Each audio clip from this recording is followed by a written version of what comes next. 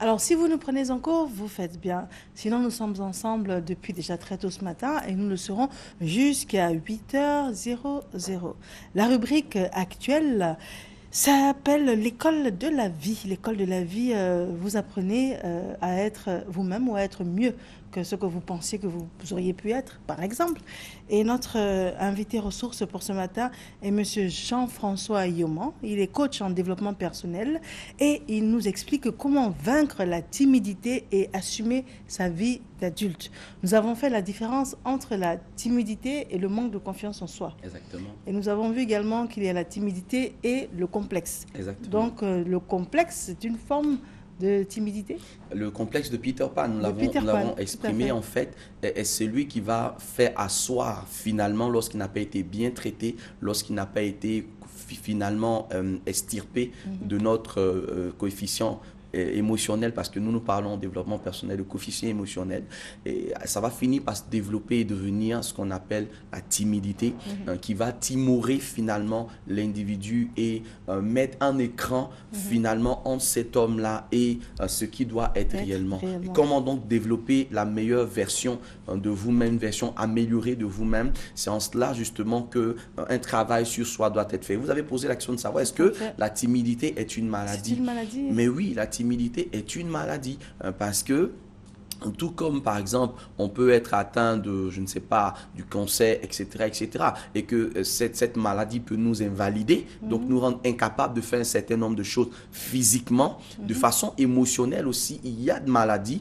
qui nous empêchent d'exprimer réellement la personnalité véritable que nous avons ou que nous devons manifester. En cela, nous pouvons dire que la timidité est effectivement une maladie. Et comme nous le disions dans les émissions précédentes, la meilleure manière de guérir d'une maladie, ce n'est pas le médicament que l'on prend, mais c'est la prise de conscience du mal que l'on a. Si je sais que je souffre de timidité, je dois assumer déjà et reconnaître que c'est de la timidité. C'est pas autre chose que ça.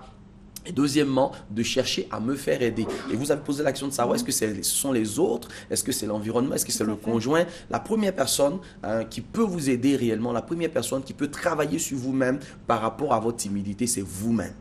Parce que la solution se trouve à l'intérieur de vous. En développement personnel, nous disons que toute solution qui vient de l'extérieur est dangereuse. Pourquoi? Parce que si vous prenez l'œuf, par exemple, Mariem, lorsque l'œuf se casse de l'extérieur, vous ne pouvez qu'en faire des omelettes. Oui. Mais si un œuf se casse de l'intérieur, vous avez un poussin. Ah oui. Donc, qu'est-ce que vous choisissez de faire? Oui, oui. Donc, tout ce qu'on peut vous apporter comme conseil, tout ce qu'on peut vous dire de faire, etc., ça va produire un certain nombre de résultats, mais pas vraiment le résultat que vous voulez attendre. Pourquoi? Parce que la solution, elle est en vous. Donc, si vous êtes timide, vous devez apprendre à agir sur votre timidité à travers des exercices quotidiens. 5 minutes seulement dans une journée peuvent suffire pour déclencher quelque chose d'extraordinaire. Alors, j'ai une question à vous poser et vous allez nous dire quels sont peut-être quelques exercices type. Exactement. Quand vous dites que la solution vient de l'intérieur, je vous prends un exemple, un couple. Une dame qui était belle comme un roseau, et puis qui, après plusieurs maternités, a pris beaucoup de kilos, au point où elle a débourré. Donc, elles se sont complexées. Elle préfère avoir une intimité avec son mari dans le noir, tout ça. Mais ça va être difficile que ça vienne de l'intérieur. Il faut que le monsieur lui rappelle que tu es belle, je t'aime comme ça, et tout. Donc, pour lui permettre de surpasser ce complexe. Donc, mais Marianne, est-ce que vous savez qu'à un moment donné du complexe que quelqu'un peut manifester, même des encouragements peuvent apparaître comme une façon de l'humilier? Oui. Vous savez que ça arrive, hein, que vous soyez en train d'encourager quelqu'un et que la personne pense que vous êtes en train en fait de vous moquer d'elle.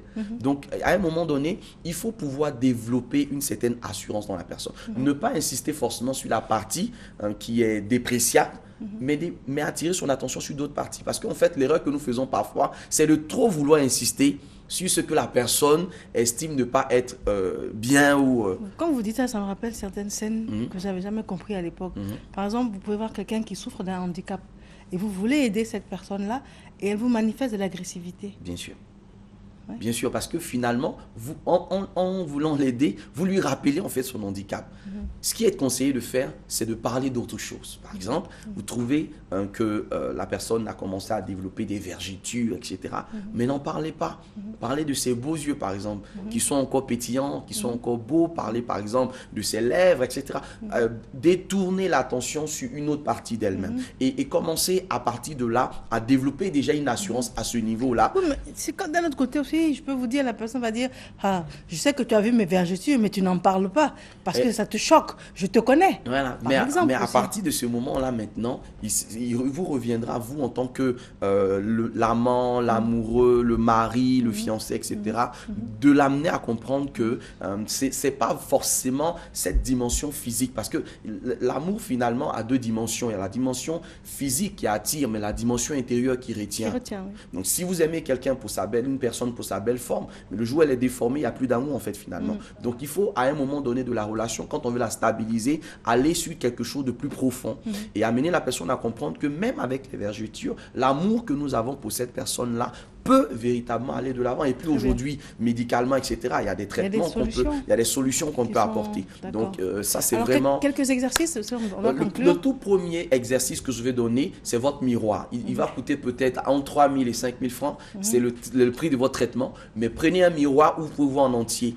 Et 5 minutes tous les matins, quand vous vous réveillez après vous avoir pris, ou avant vous avoir pris votre douche, regardez-vous dans votre miroir et commencez à voir dans ce miroir-là toutes les personnes en face desquelles vous n'arrivez pas, par exemple, à prendre la parole, toutes les personnes qui vous font flipper, par exemple, et imaginez ces personnes-là en face de vous et regardez-vous en train de leur parler avec beaucoup d'assurance. Et en développant cela, vous allez vous rendre compte que finalement, vous allez booster votre ego, vous allez commencer à développer une très grande assurance en vous, en fait, qui est la nourriture qui manque un peu aux timides. Moi, j'aurais dit, avec le miroir, j'aurais dit, miroir, dis-moi, qui est la plus belle? Exactement.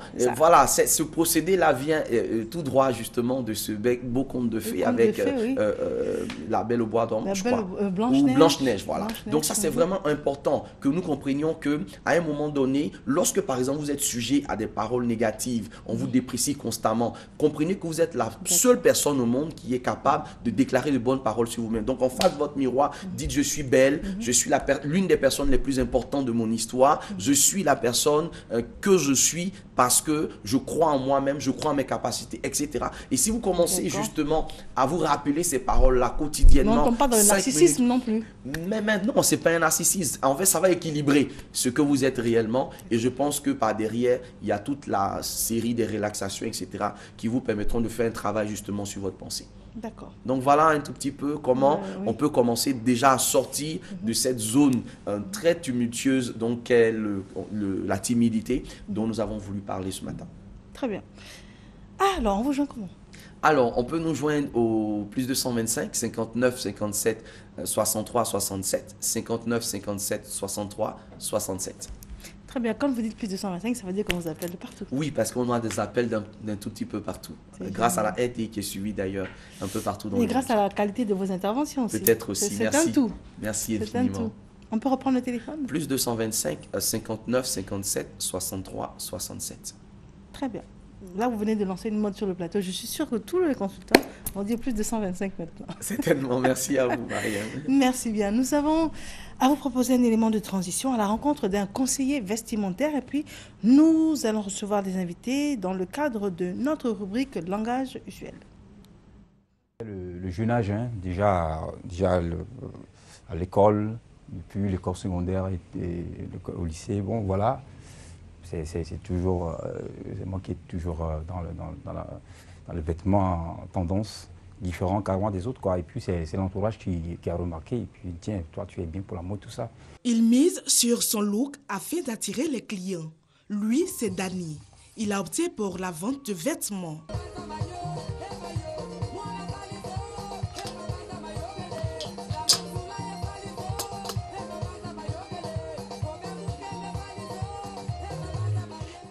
Danny s'est fixé des objectifs, a mis tous les moyens pour évoluer. Aujourd'hui, c'est chose faite. Il n'est plus un vendeur ambulant. Danny a un grand magasin. Moi, j'étais commerçant ambulant, comme on le dit. Oui, Et je tiens à le souligner, j'ai vendu des vêtements, c'est-à-dire de bureau à bureau. Voilà, c'est-à-dire que je me levais puis je me dis, bon, tiens, aujourd'hui je suis à Marcory, je vais là-bas, je me promène comme ça, puisque je n'ai pas assez de moyens, voilà, donc je me dis que c'est par là que je devais commencer. Et petit à petit, ayant un peu des économies, j'ai pris un tout petit magasin. Je me disais que c'est la qualité de mes vêtements qui vont me faire, c'est-à-dire, malgré où j'étais, c'est la qualité des vêtements. Donc je mettais l'accent sur la qualité des vêtements, c'est-à-dire les tissus, les coutures, les tendances. Et c'est comme ça. Bon, malgré où j'étais, j'ai des clients de partout. Ici, tout est à l'image du maître. Des tenues, des ceintures de marque. Il habille tout le monde. Il est un conseiller vestimentaire autodidacte. Je n'ai pas fait de formation pour ça. Et les gens s'étonnent. Souvent, les gens disent, tiens, toi tu as fait l'Europe, toi tu as fait... Non, je dis, non, c'est dans le sang. Tu as fait son école, je dis, non. Voilà, donc c'est dès le bas âge en fait.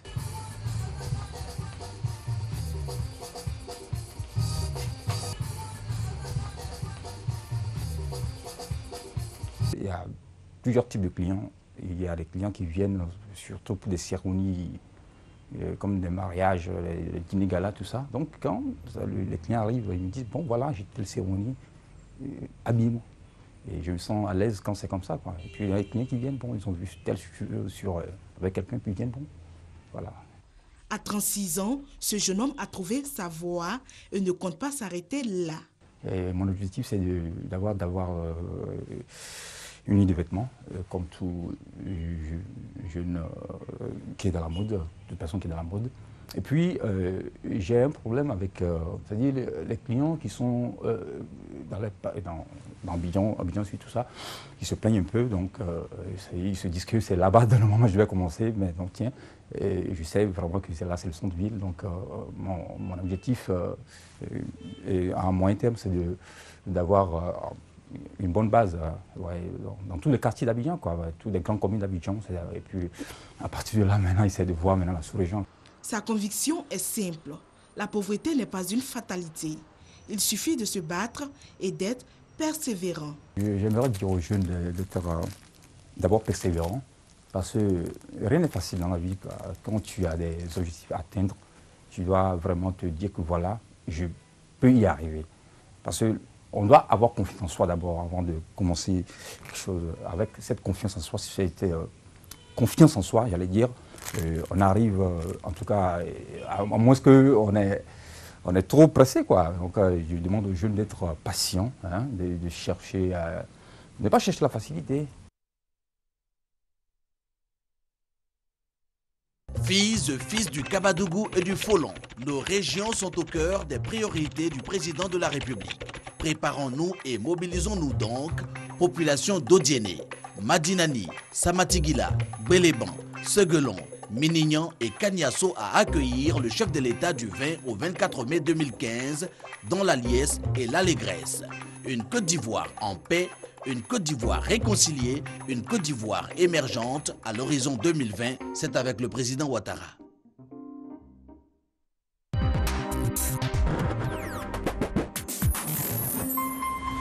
Qu'est-ce que c'est ?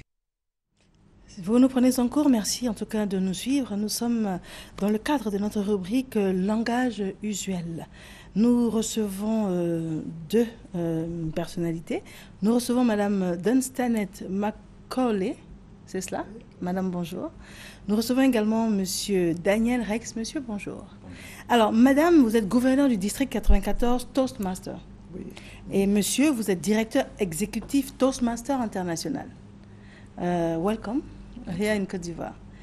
Alors, très bien. Nous allons commencer à donner la parole donc à Madame, qui va nous situer le contexte de votre intervention sur le plateau ce matin. Oui, Toastmasters, merci d'abord de nous avoir donné la parole, de nous avoir invités sur votre plateau. Toastmasters International, c'est une organisation mondiale qui a commencé il y a 90 ans, qui aide les personnes à mieux s'exprimer et aussi à acquérir les aptitudes de leadership. Et nous avons eu notre conférence à Cotonou, et depuis, notre directeur exécutif, M. Danrex, et on visite dans certains de nos pays. Nous avons fait le Bénin, le Ghana, le Togo et maintenant nous sommes en Côte d'Ivoire. Très bien. Très bien. So, Mr. Rex, is it the first time for you here in Côte d'Ivoire? It is. It's my first time C'est here. la première fois qu'il est là. Thank you. And what are your feelings? Quels sont ses It's sentiments? been fantastic. The people are wonderful. The Les gens culture sont is beautiful. formidables, la culture est magnifique. Okay. So we'd like to know, with the level that you have, talk to us about self-confidence. You know, Avec le niveau qu'il a, bien sûr, dans le monde du Toastmaster, qu'il nous dise quelques mots sur la confiance en soi. self-confidence is an external manifestation of something that happens to someone on the inside. Donc c'est la manifestation extérieure de quelque chose qu'on vit à l'intérieur. The person needs to understand themselves La first, personne a besoin de se comprendre elle-même and then begin to understand others and the world. et puis pouvoir comprendre les autres donc à travers le monde. And when they achieve that, they're able to communicate with a higher degree Et of quand vous arrivez à self-confidence. atteindre ça, vous arrivez à communiquer à un certain niveau. Yeah. In Toastmasters, we achieve that through speaking. So if someone attends a Toastmasters meeting, the first thing they do is stand up and talk about themselves. La première des choses dans Toastmaster, c'est de se tenir debout et puis pouvoir parler. And that's the most comfortable thing someone can do, is Et ça, c'est express la something about plus themselves. belle des choses que quelqu'un pourrait faire, c'est de parler de soi-même. Yeah. And then we begin teaching them techniques to better organize their thoughts Donc and on to leur better work apprend des with techniques others. pour mieux organiser ce qu'ils pensent. We teach them how to use their voice Comment utiliser la voix, and use gestures et puis la gestuelle également. and how to use visual aids. Et puis comment est-ce que se servir de choses visuelles pour pouvoir s'exprimer. And all through these steps, we provide an evaluation Donc of how they're doing à travers toutes ces étapes, il y a une évaluation qui est faite to help them improve et at puis each les aider step. à s'améliorer Yeah. également. D'accord, très bien. La traduction, ça va? Très bien. Très bien. Oui, vous parlez très bien. D'accord, très bien. Alors Toastmaster, grâce à vous, c'est d'aujourd'hui devenu un phénomène ici en Côte d'Ivoire parce qu'on en Oui. parle de plus en plus. Beaucoup de personnes s'y intéressent. Oui, en Côte d'Ivoire, il y a déjà 11 clubs. Et ça augmente tous les jours. Et les Ivoiriens sont très acquis au valet de Toastmaster. Depuis 2 jours, nous faisons des visites d'entreprise. Et nous avons eu des résultats très positifs. Nous avons visité le patronat, nous avons visité Deloitte et Touche. Et tous se sont engagés à créer des clubs. Aujourd'hui, nous serons à la BAD. Et on continue les visites d'entreprise pour voir si les membres, les personnels sont acquis. Et partout où nous allons, les CEO, les responsables veulent aider les personnels à mieux s'exprimer. Parce que vous savez, si on s'exprime mieux, beaucoup de choses, il n'y aura pas la guerre même. Si on sait parler entre nous. Alors c'est important, la prise de la parole. Si nous savons parler, nous pouvons gérer des conflits. D'accord, Ouais. très bien. Would you like to say something else? Sure. Everyone in the world can benefit from better communication. Tout le monde à travers le monde peut profiter d'une meilleure communication. It helps us within our families, Ça peut nous aider dans le cadre de la famille, within our communities, dans la communauté également, and within our work, our et puis dans le profession. travail également, dans le monde professionnel. And when we become better communicators, we become more effective, we have greater opportunities, Donc quand on est meilleur communicateur, on est beaucoup plus réceptif et on a de meilleures opportunités. and I think most importantly, we can have a positive impact on other Et le people. plus important, c'est d'avoir un impact positif sur les autres. Yeah. And the result of all of that is self-confidence. Et le résultat de tout cela, c'est la confiance en soi. Yes. C'est très bien. D'accord. Madame, quels sont vos propos pour conclure cet entretien? Moi, c'est encourager beaucoup de gens, tout le monde, vous, à RTE, à mieux prendre la parole en public. Ça doit aller pour la jeunesse, parce que ça commence avec les jeunes. Si maintenant ils apprennent à bien parler, ça les font de meilleurs leaders. Et maintenant, il y a la fièvre Toastmaster ici.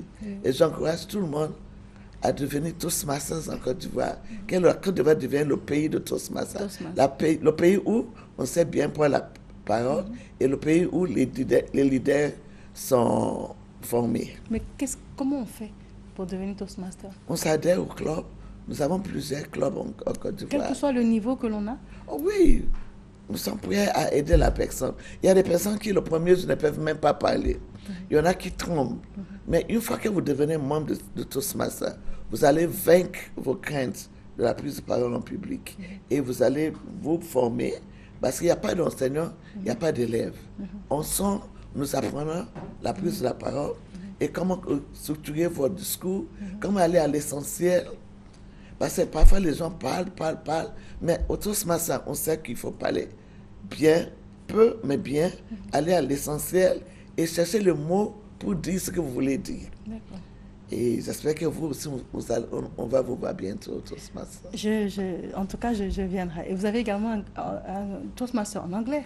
Oui. En Côte d'Ivoire, il y a 3 clubs anglophones.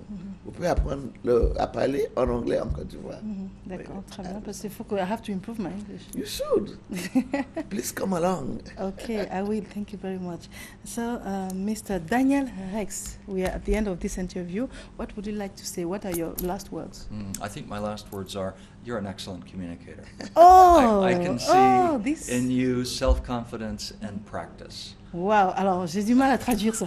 J'ai du mal à traduire. Il parle de moi. Vous êtes une excellente communicatrice. Je vois que vous parlez avec confiance et déjà c'est une bonne étape. Merci beaucoup. And for all of your viewers who would like to become as good a communicator as you, we invite them to come to Toastmasters. Alors pour toutes les personnes qui nous regardent et puis qui souhaitent faire comme moi, donc alors toutes ces personnes sont invitées. D'accord. Thank you very much. Thank you. Vous avez un téléphone à communiquer, madame? Pour les personnes qui sont intéressées? Oui, mais vous ne l'avez pas ici? D'accord, très bien. Mais il suffit d'aller toastmaster.org et puis vous allez voir, parce que quand vous êtes en Côte d'Ivoire, il va faire la liste de tous les clubs en Côte d'Ivoire. Mais il faut retenir toastmasters.org. Toastmaster.org. Très bien. Merci encore. Thank you very much. Thank you. Nous sommes au terme de cet entretien. Nous avons un élément de transition et nous revenons sur le plateau. Nous avons nos invités de la direction commerciale et marketing qui trépignent d'impatience de s'adresser à vous.